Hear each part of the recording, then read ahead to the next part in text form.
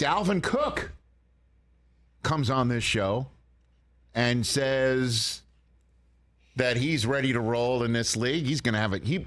All I took from that conversation is this guy's got a chip on his shoulder, and I just do not understand the devaluation of the running back position in the NFL. I do not get it. It's at some point, somebody like Saquon is going to have to strike a blow, I guess. McCaffrey did that a couple of years ago, and all it keeps doing is just going backwards and backwards and backwards. I guess Derrick Henry's going to have to run the ball down people's throats as a 30-year-old to prove that it can be done.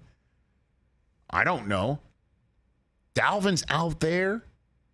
Zeke is out there. Leonard Fournette was on this program as well. He's out there. He's out there, yeah. I like Lenny. Now, one way that Dalvin Cook could somehow improve his standing is if he, like the association, forms a tandem with another free agent and becomes a package deal. Is that what Dalvin Cook is cooking up with DeAndre Hopkins? Ooh. As Dalvin said this on my buddy Adam Schefter's podcast. Dynamic player like D-Hop. Everybody knows who D-Hop is. Like, you know what you're getting out of D-Hop, and you know what he gonna bring to your roster. And it's the same for me. Like, you know what, the film speaks for itself. Like, I don't really got to do too much. Like, you know, talking about who Dalvin Cook and DeAndre Hopkins is.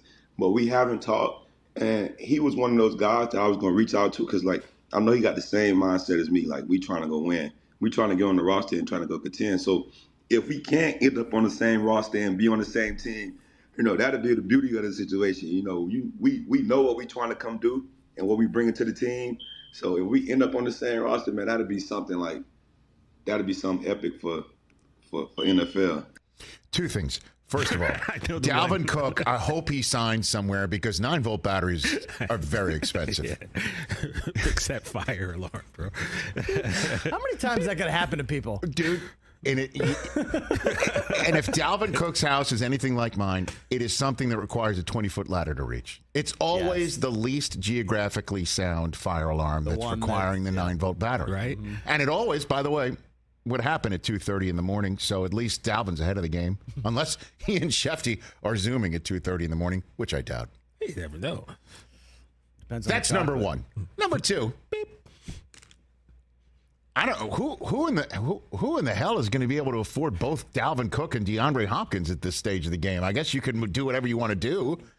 You know, I guess you do the cap magic to make it happen.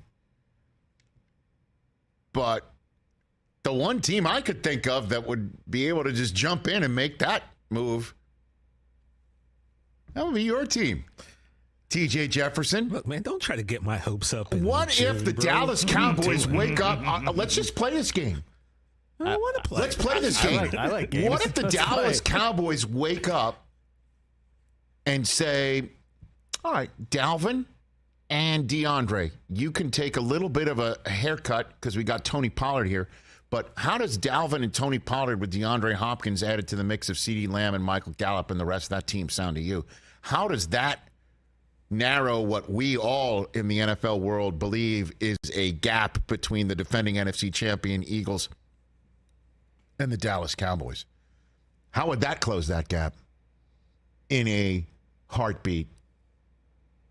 Who else could go ahead and make this package deal for the two of them? And again, I am not looking at salary caps at all. Well, you got to. I know you do, but in this game, why not? If we're just going to play who cares? Game, sure. Why not? Denver Broncos. How does that get things working for Sean Payton if they sign Dalvin Cook and DeAndre Hopkins on the spot? How does Russ cooking with DeAndre sound to you? How does that work in the AFC West? Sounds like a Michelin restaurant. By the way, I'm going down the list of the teams that I had for the top 5 landing spot for Dalvin Cook. I don't know how that one would work, but this is just a fascinating idea for a running back in this league where everybody's like, great job running for 1,000 yards, 4 straight years. Great job being a perennial Pro Bowler. I understand, you had some issues with your shoulder, and I know that you got that surgically repaired and you're fixed, and you're as healthy as ever, and you're 27. Good luck doing that somewhere else because you're getting paid $11 million, and that's too much for a running back when $11 million is going everywhere for tackles, corners, on a couple of teams' safeties. But no. Running backs, we can go get some kid in the 5th, 6th, 7th round to do what you can do for pennies on the dollar. It's economics, Rich. But that's the running back position where everyone's like, screw it. We can find those. You're a dime a dozen, even though not everybody can run for 1,000 yards for 4 straight years and do what Dalvin Cook has done. Good luck with that. And I guess we can find out if Alexander Mattison, the Vikings are 1,000% in 2023, the laboratory of what's going on at the running back position. 1,000%. Can Alexander Mattison do what Dalvin Cook has done? Can he do it?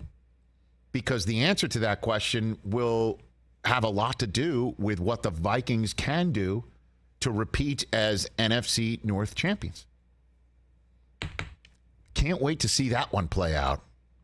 And if Dalvin Cook can improve his standing and get somewhat in the neighborhood of $11 million because DeAndre Hopkins is coming in too, but D-Hop wants to get paid like Odell, and Dalvin wants to get paid like McCaffrey. So I don't know how they're going to package it up unless they both split the fare. Go Dutch.